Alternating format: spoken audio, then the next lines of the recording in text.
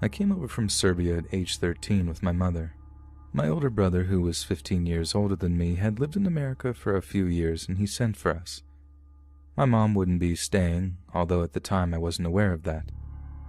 Anyway, we landed in New York City and the plan was my brother would come get us.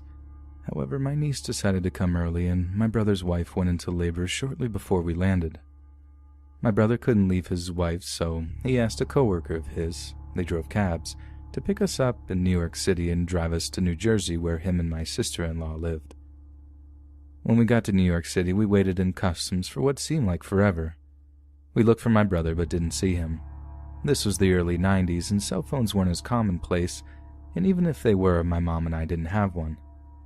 We panicked a bit, not seeing my brother or my sister-in-law.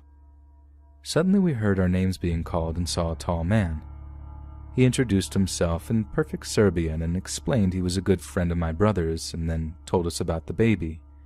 He said he'd be driving us the 2 hours from the airport to my brother's home. My mom relaxed and they happily began to converse about the baby and my brother in America. I, however, just felt off. This guy gave me bad vibes and regardless of my brother's friendship with him, I felt distrustful of him. We drove for a good hour and a half when he announced he was going to take us for breakfast. We hadn't eaten in over 15 hours, so we were starving by then. We pulled up to a house and my mom and I were confused. He insisted cheerfully that his wife was cooking us breakfast and after we'd drive the rest of the way to the hospital to see my family. My mom shushed me when I whispered something didn't feel right and told me that we needed to be grateful for the hospitality. We were led up into the house. It was dark and dank and dirty. Suddenly, I think my mom finally got a bit nervous and started insisting he take us to my brother. Suddenly, the guy grabbed my mom by the wrist. He told her that he needed a wife to take care of him in his house, and when he heard my brother tell the others at work she'd be coming to stay, he knew he'd found a wife. I, at the time, was a scrawny little scamp of a kid, and I tried pushing him off my mom, but he hit me so hard I saw stars. At this point, we were terrified. Neither of us spoke English. We only knew my brother's home number, and he was at the hospital. Also, in Serbia, you don't dial 911, so even if I could, I didn't know that's how you'd call the police. Anyway, he tells my mom she's to clean and cook for him, and he takes me to the basement where I was locked in what I now know is called the laundry room. I banged and cried and yelled, but it was so far down in the basement everything was muffled. For a week, we were kept in his home. He'd lock us up in the basement after my mom cooked him breakfast, and he'd let us out when he'd come home at 4. If we had to use the restroom, there was a bathroom, but that was it. Just a bathroom and laundry room. It was freezing cold down there, and even us huddling together under a blanket did nothing. One morning, I discovered a small window by climbing on some boxes. I managed to open it, and my mother insisted I squeeze through it. I didn't want to leave her, and besides, how would I get help? I couldn't read nor speak the language. However, I didn't want to live this way the rest of my life, so I did as she asked.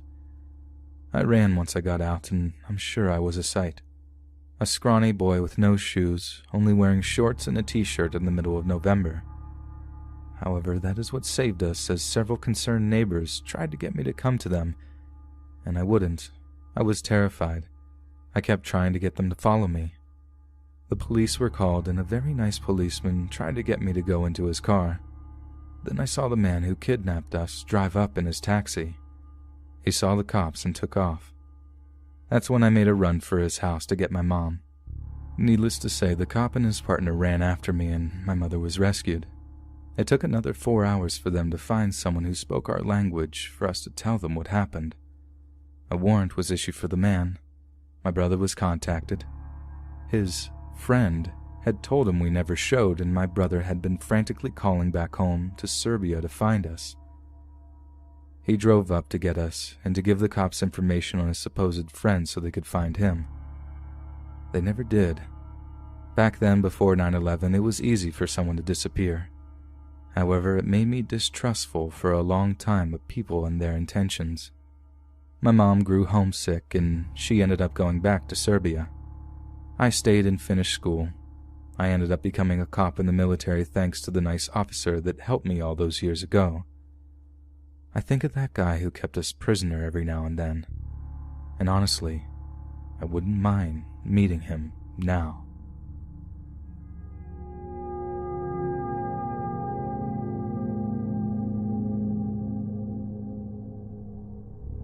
This all happened when I was 19.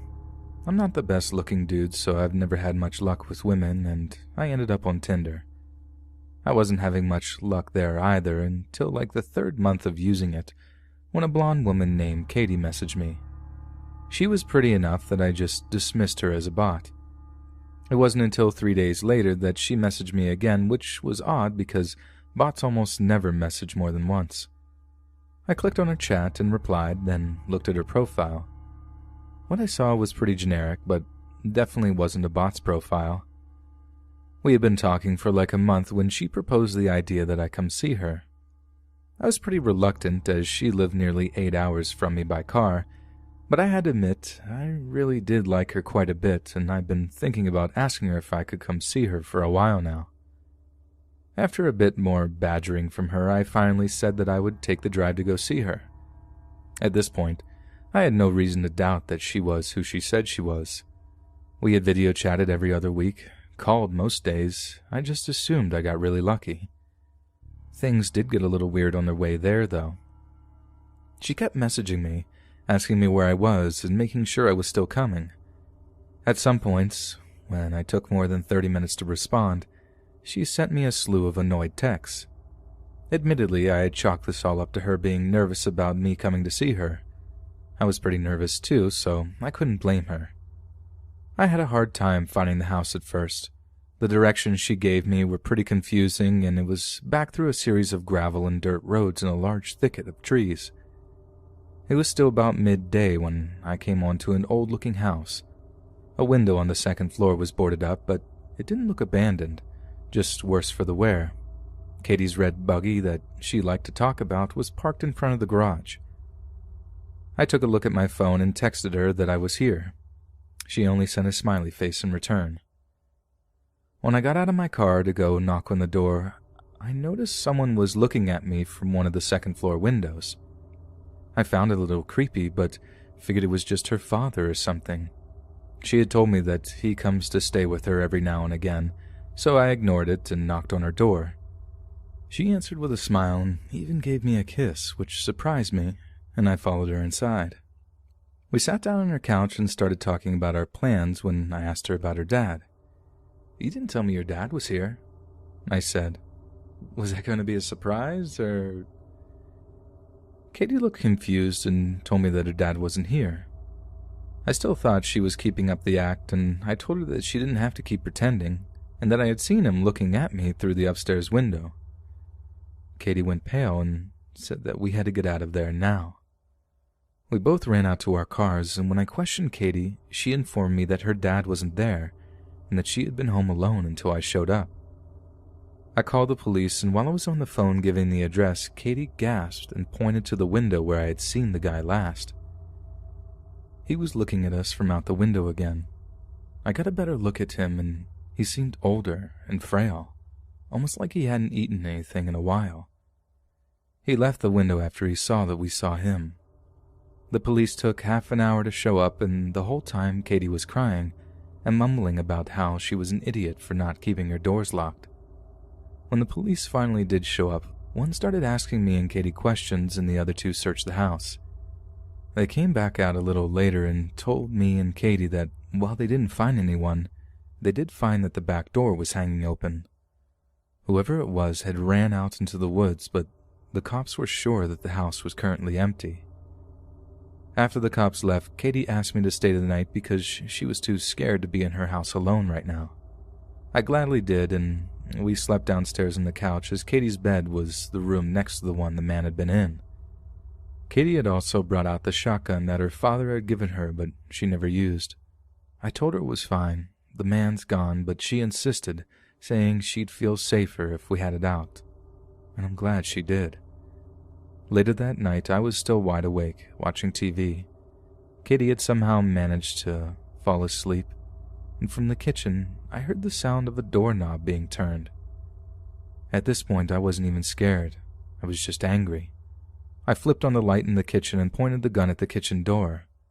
And there he was. The guy that had been in the house before was standing on the other side of the glass door. He looked shocked, and I'm glad we had locked the door. The man unfroze and yet again ran into the woods. I woke up Katie and told her what happened and called the police yet again. When they arrived, they did a sweep of the woods and found no one. They told Katie and me that it'd probably be a good idea to stay somewhere else for the night. Me and Katie said our goodbyes. She was going to stay at a friend's house, and I was just going to head home. I left a little after Katie did. I was on the phone with my brother telling him about what happened. My headlights were on. As I was talking, something caught my eye. That same man was standing at the corner of the house, just watching me. I just gunned it out of there and didn't even bother calling the police again. But I did text Katie, and she said she was going to call them again. I don't think Katie ever went back to that house alone.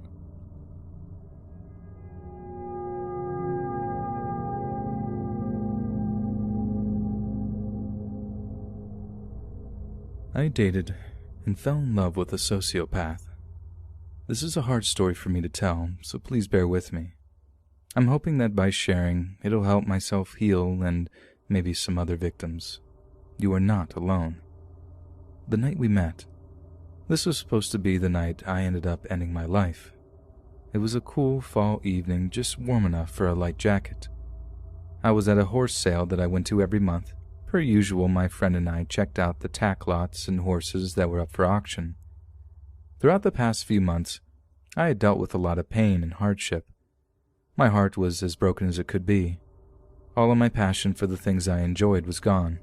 The girl that I once knew wasn't there anymore. I walked a long, dark road of depression. Alone. I had no self-esteem anymore. I felt like I was worth nothing. I planned to end it all after the sale. I was watching horses in the outdoor ring when one caught my eye. My friend was looking for a horse, and it seemed like it might be a match for her. I slipped into the ring to talk to the owner. When he turned around and looked at me, it was like the world stopped turning. The horses around me were in slow motion. Our eyes met, and every bone in my body went cold. I asked to try the horse out, and he let me. Fast forward, my friend bought the horse. In the end, the horse didn't work out, but that's another story for another time. The owner was supposed to deliver the horse to them the next day. I didn't catch his name, and I couldn't sleep that night.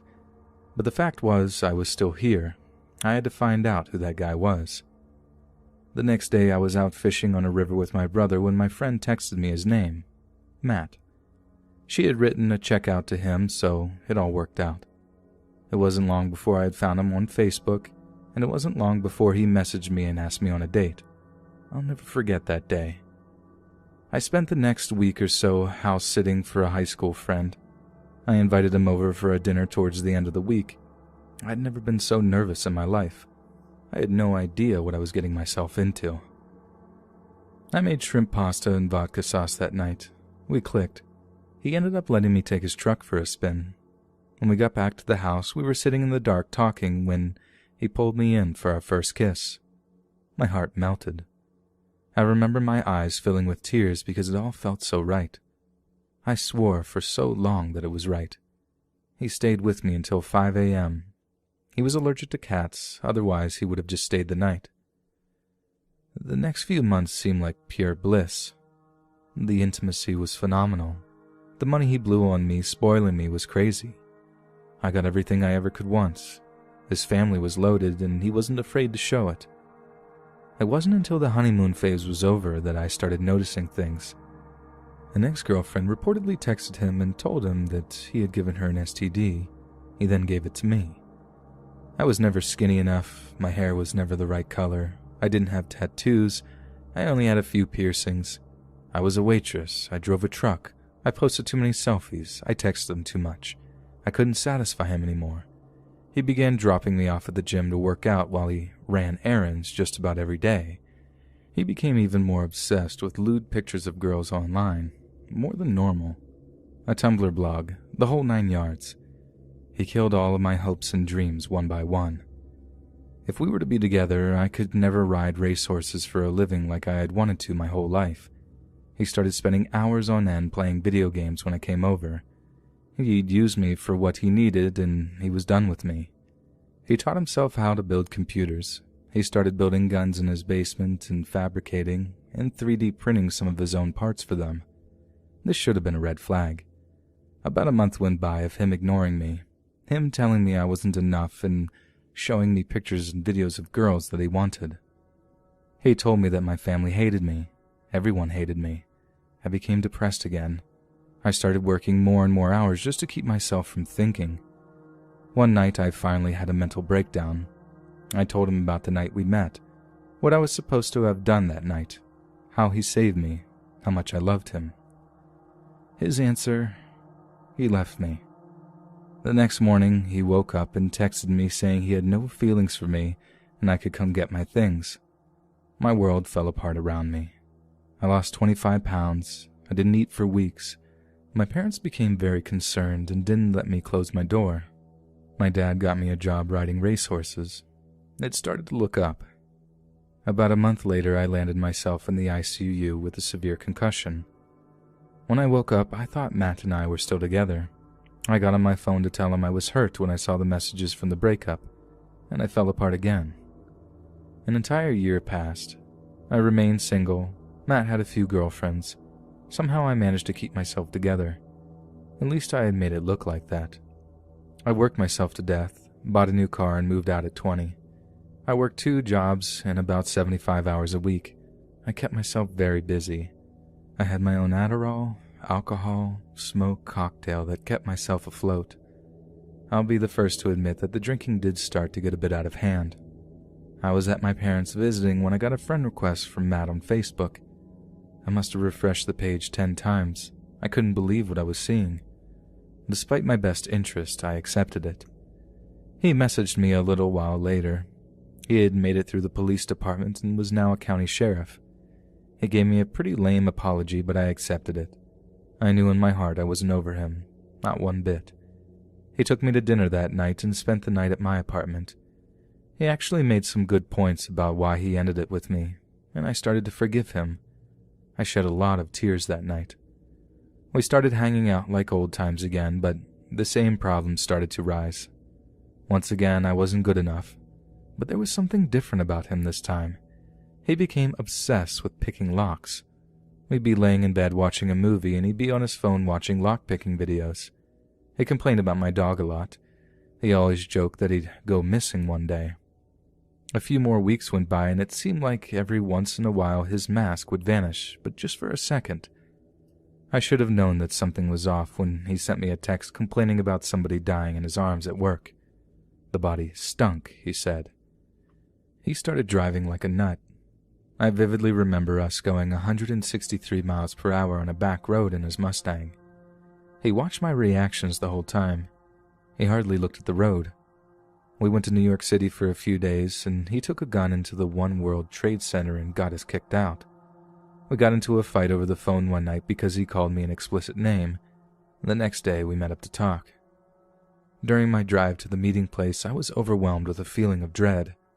I knew it was the end of us, but it was more than that. I wasn't sad. I was frustrated. We talked for about 20 minutes, and I don't think his eyes ever wandered from my face. His 2 dark brown eyes shot through me like bullets. He started talking through his teeth, telling me that no one would ever love me, that he was in cahoots with my friends and that they hated me too. I was going nowhere in life. The hair on the back of my neck stood up. His eyes were completely dead. It's something I can never unsee. The way he was looking at me gave me chills. The voice in my head started talking. "Steph, get out of the car. Get out of the car now." I trusted my gut and got out. I hurried to my car, jumped in, and immediately locked it. I saw him staring at me in the rearview mirror. I drove straight to my parents' house, bawling. They were terrified. The next day, my boss told me that Matt had apparently been driving back and forth past my work, going outrageous speeds, almost like he was showing off. But the fact was, He lived almost an hour from there and had no reason to be there. I reported him to his precinct, who said that they would take care of it. I didn't hear from Matt for a very long time. I started to move on and feel like I was myself again, finally. I started dating my current boyfriend. For the record, he is the best and most loving man I'd ever met in my life. Matt drunk texted me one night.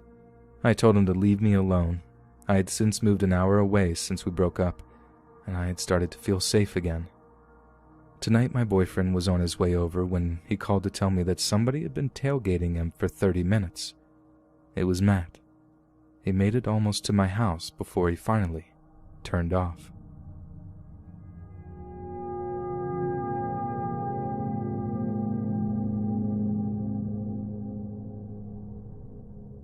I want to start by saying I'm a stay-at-home mom. A very stay-at-home loner mom, and with my family so far away, it doesn't feel right to have them worry. I just want to tell my story.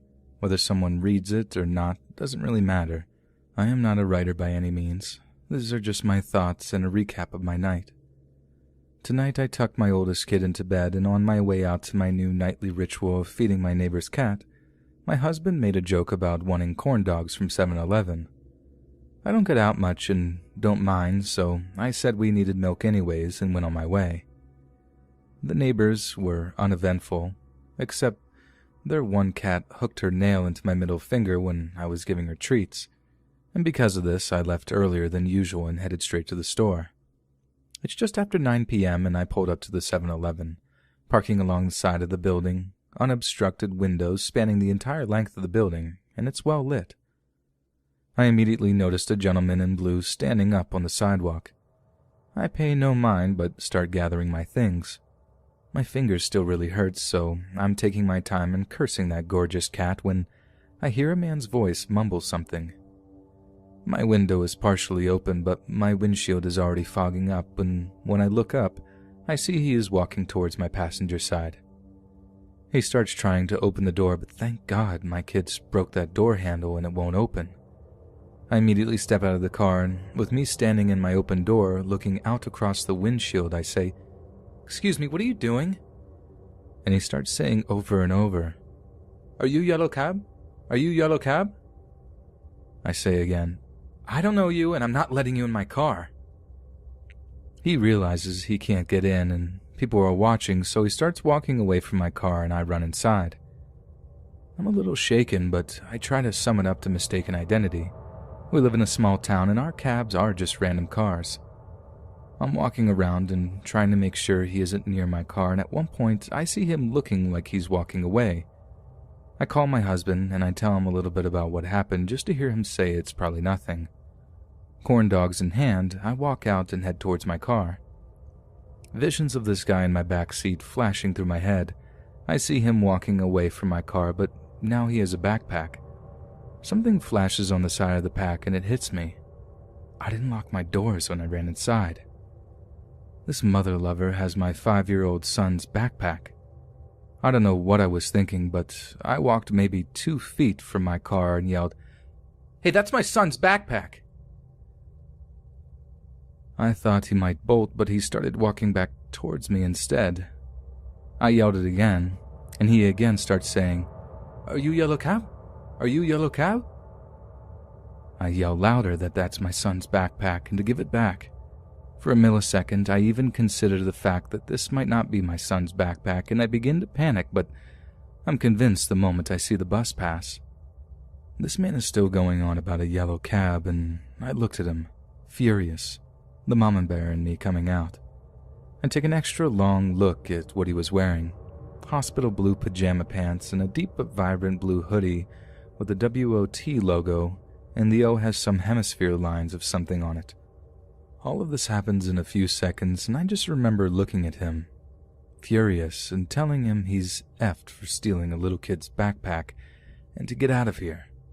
Maybe it's because I live in Canada, or maybe it was because I didn't leave the area where I could be seen, but he started walking away. I went inside immediately and told the clerks, but I don't think any of us knew what to do. For a second, I was going to call the cops. It's just a backpack. But I just couldn't help but think about him trying to get into my car with me in it. I called the police. I started telling them what was happening, and then I saw the guy again. I followed him while on the phone, and I parked way ahead of him. Time passes quickly when you're on the phone with the cops, and the guy passes my car.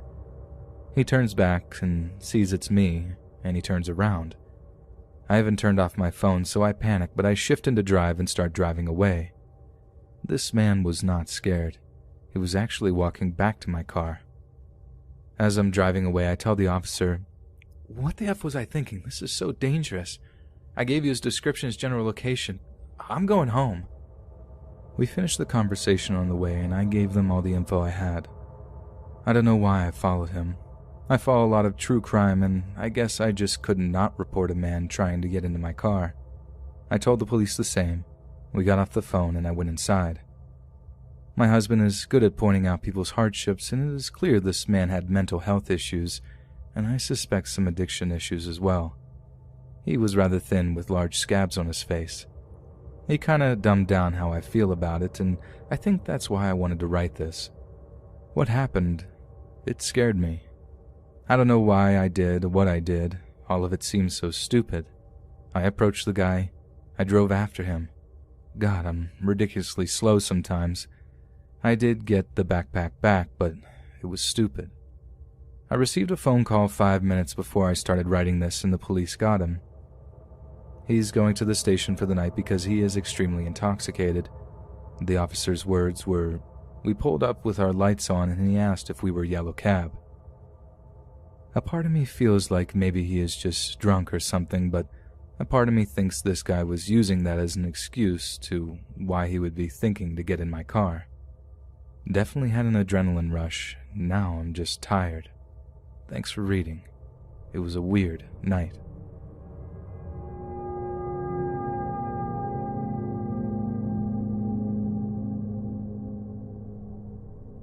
I was 18, living in college dorms several hours from home and working as a waitress at an upscale bar and restaurant. I'm short, barely 5 foot, so I'm used to people being creepy and trying to intimidate me now. But as an 18-year-old whose father had tried to protect her from the world and had been raised in a tiny, friendly town, it never occurred to me to be scared of people who lurk in the dark. We had plenty of regulars, several of whom I became close with during my years working there, and a few of the frequent diners learned my name and general facts about me, since I'm generally pretty open about who I am.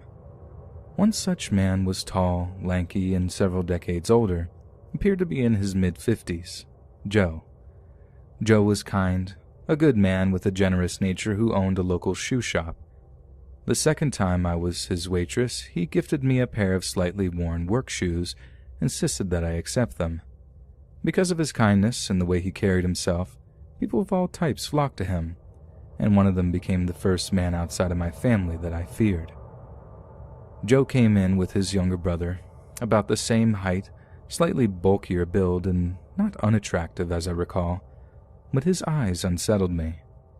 In high school, I fancied myself a bit of a writer, but nothing in my vocabulary then or now could help me describe how unsettling his gaze was. It seemed dead, lifeless, but I assumed I was simply nervous. Joe was a good man. His brother was probably just less carefree, more intense. The two dined together a few times in the coming weeks, but while Joe would normally request me as a server, he asked our host to assign one of the other servers to his table after the first time. Then one night, Joe's brother came in alone and requested me by name, and I was happy to oblige. For the first time, he seemed relaxed, energetic, charismatic. He was interesting, with a quick wit and a story for every topic I could throw at him. By the end of my shift, I assumed he just had a hard time relaxing with his brother, and that may have been true. But through the laughter and charisma, his eyes never once seemed kind. They remained, through it all, lifeless. Eventually, it was time for me to leave, but he was still there, still expecting service. My manager offered to take over the table. He'd make sure I got the tip, but it was common knowledge I had an early morning class and likely had to do my homework. I jumped at the chance, but went to finish some closing duties and asked the man, my last table, if he needed anything else. He seemed off. As soon as I said I was heading home, he seemed to harden. His voice was clipped and reminded me of my controlling ex-stepdad, which immediately put me on edge. I'd heard the same time often enough as a little girl right before being hit. I left immediately. I called my best friend and offered to buy him dinner if he'd meet me at a diner between the dorms and my work. I don't know why I did. I just felt that I needed someone to meet me sooner rather than later. Joe's brother hadn't in any way seemed dangerous outside of the terseness in his voice before I left, but I knew that for most of my walk, which would have been poorly lit, I would be safer with a companion. We met at the diner. We ate and laughed and headed back to the dorms, a good 25-minute walk, but only 15 or so in, the hairs on the back of my neck seemed to burn. Something was terrifying me and I didn't know why. I told my friend, who brushed it off until he looked behind me and yelled. I turned and saw him. Joe's brother, only a few yards behind us, holding a metal bar. I don't know what they're called, but you can see them at construction sites, usually for reinforcement when pouring concrete.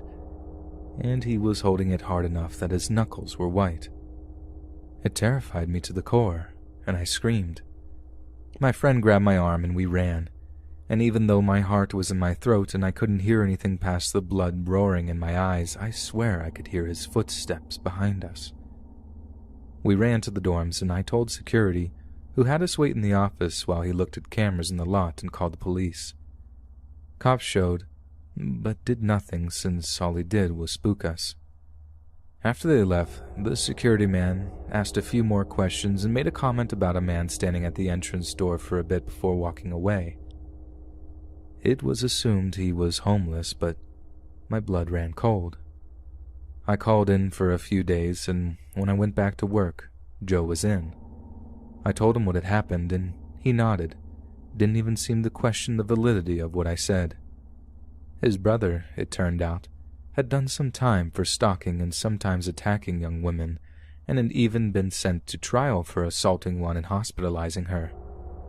Somehow he managed to avoid jail time for the assault, but Joe said it was only a matter of time before he killed someone. I didn't see Joe often after that, and I never saw his brother after that. The owner of the restaurant was angry for a long time, accused me of running off a regular who spent a lot of money when he came in. It took a few more scary encounters to make me a little more cynical, but to Joe's brother, please, never come back.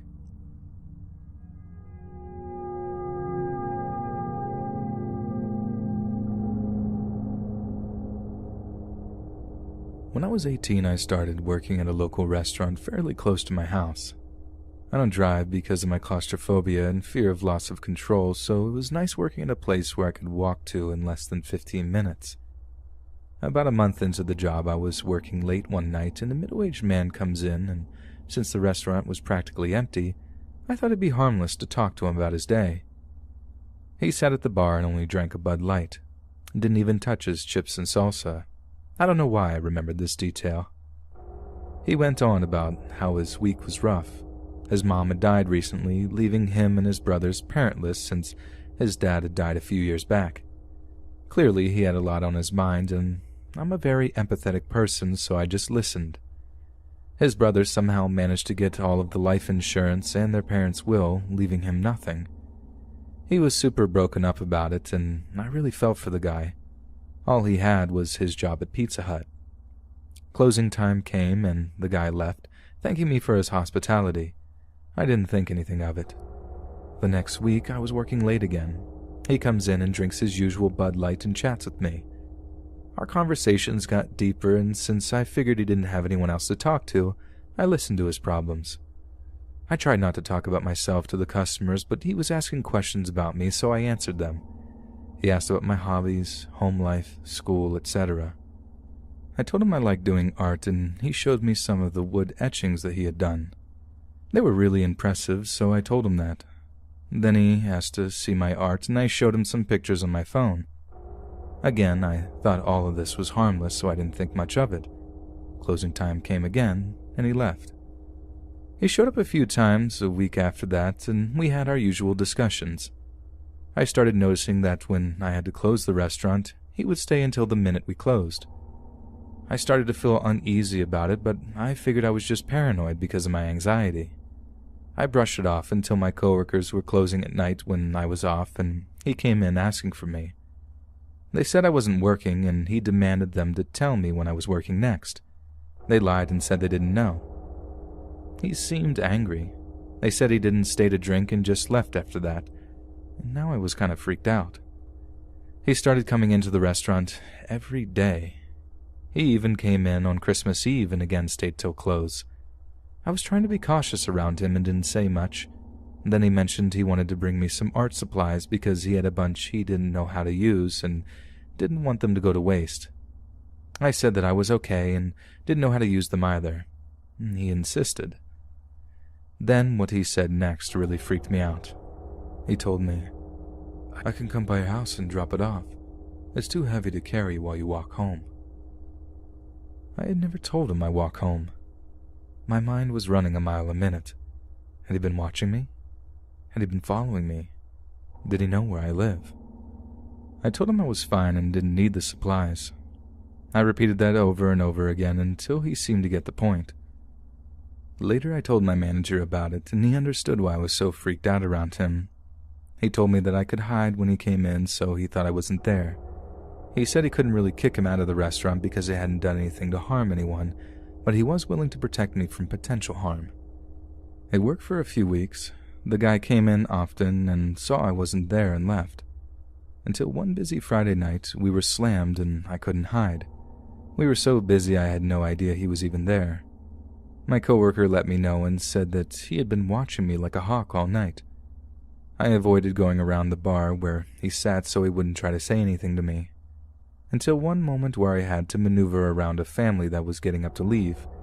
He put his hand around my arm and asked for me to listen to him for just a second. I told him I was very busy and had to get back to work. He just handed me a slip of paper with his name and number on it and told me to call him whenever I wanted the art supplies. I told him that it was inappropriate. He told me that he was just being friendly. I told my manager and he told me I could go home. But I was scared to walk home because I thought he would follow me. I called my dad and he came into the restaurant and made sure the guy saw me leave with him. He had stopped showing up after that.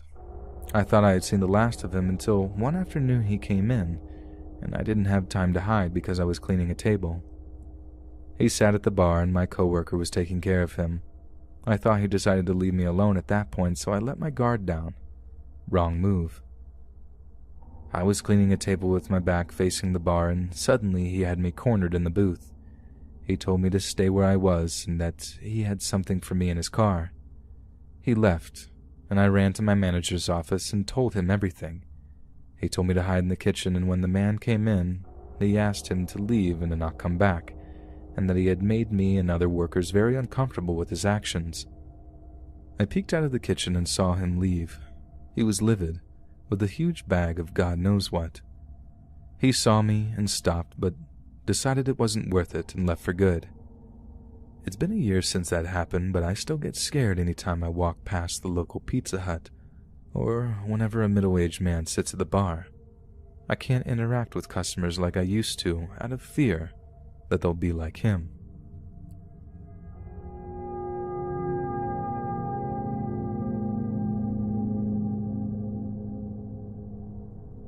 This happened about 3 years ago.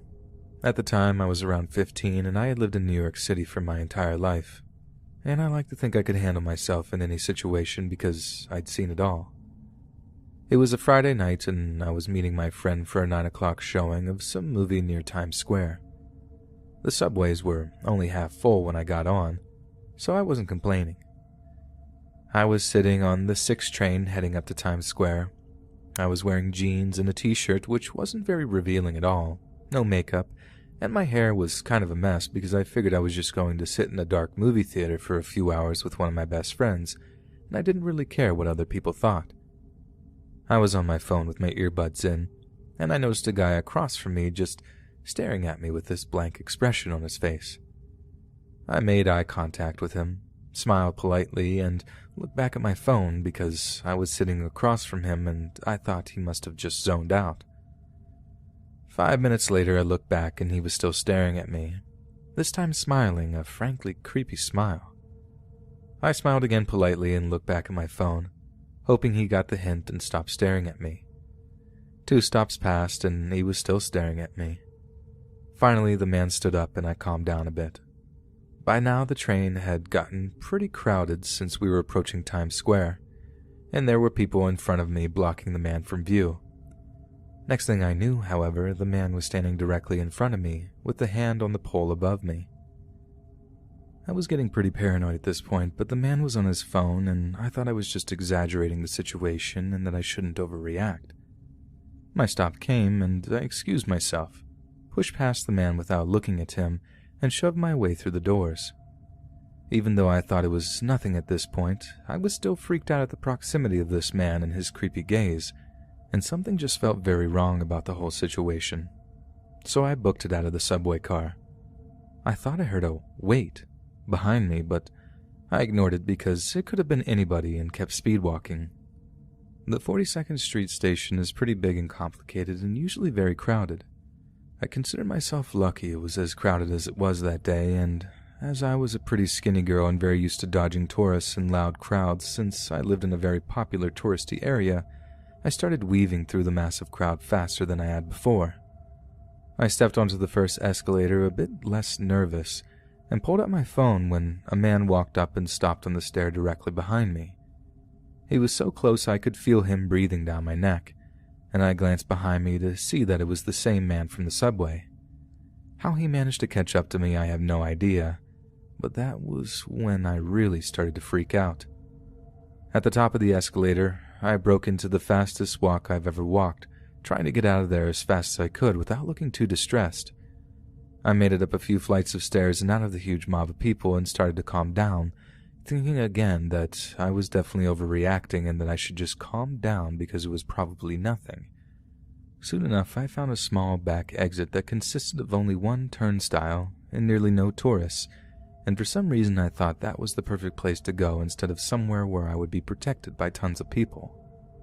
As I was walking up the stairs, laughing at myself for overreacting at a man just looking at me on a packed subway, someone grabbed my arm, very tightly. I froze halfway up the stairs and whipped around. It was the man, panting, squeezing my bicep like his life depended on it. I was too shocked to say anything and just stared him down. "Hey," he said eventually, not taking my obvious fear into consideration. "You're very beautiful." "Thanks," I managed to say eventually, and tried to rip my arm from his grip, but he just held on tighter. At this point, I was starting to panic. I looked around and found that, because I had chosen the quiet exit, it led to a pretty empty side street and there were only a few people walking around. "Can I have your number?" Keep in mind that this man looked around 35, with a graying beard and nice business clothes on, and while I wasn't short or young-looking, I was very obviously a teenage girl. I stared at him and then just said, "No," as firmly as I could. I wrenched my arm from his grip and started to walk up the stairs trying to stay calm. The man followed me, and when I made it to the top step, he grabbed me again, this time so hard I winced. "Come on, sweetie, why not? You're so pretty." I said thanks again because I guess I was too polite not to, but firmly shook my head and told him, "No, you can't." "Why not?" he asked, and I stupidly said, "Because I'm 15. This was my attempt to give this man the benefit of the doubt. Maybe he thought I was some 20-something and genuinely just wanted to give me his number, right? Instead, the man just smiled wider, his grip tightening, and said, "So? That's illegal." "So? So no!" I was thoroughly terrified at this point, and I pushed him off of me and bolted out of there, down towards the more populated area. Behind me, this man was shouting at me to come back, and that we could have a good time, but I just kept running and eventually lost him in the thick crowds of Times Square. Once or twice I looked back, and the first few times I noticed his head popping up and down as he tried to shove past tourists, and I eventually lost him in the crowd. I made it to the movie safely, but took a huge detour to get to the theater so I could stay in the streets crowded with people. Once in the movie theater, I took the time to roll my sleeve up and noticed that the man had squeezed my arm so hard that he had left light bruises on my bicep. I don't know if that man's intentions were innocent, or what he was thinking chasing a clearly terrified girl out of the subway, but I hope I never meet him or anyone like him again.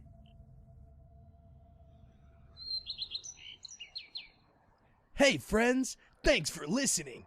Be sure to subscribe and click that notification bell to be alerted of all future narrations. If you got a story, be sure to submit them to my subreddit at r/letsreadofficial and give and receive feedback from the community and maybe even hear your story featured on the next video. And join my Discord to interact with me and other listeners directly. And if you want to support me even more, grab early access to all future narrations for just $1 a month on Patreon. And maybe even pick up some Let's Read merch on Spreadshirt.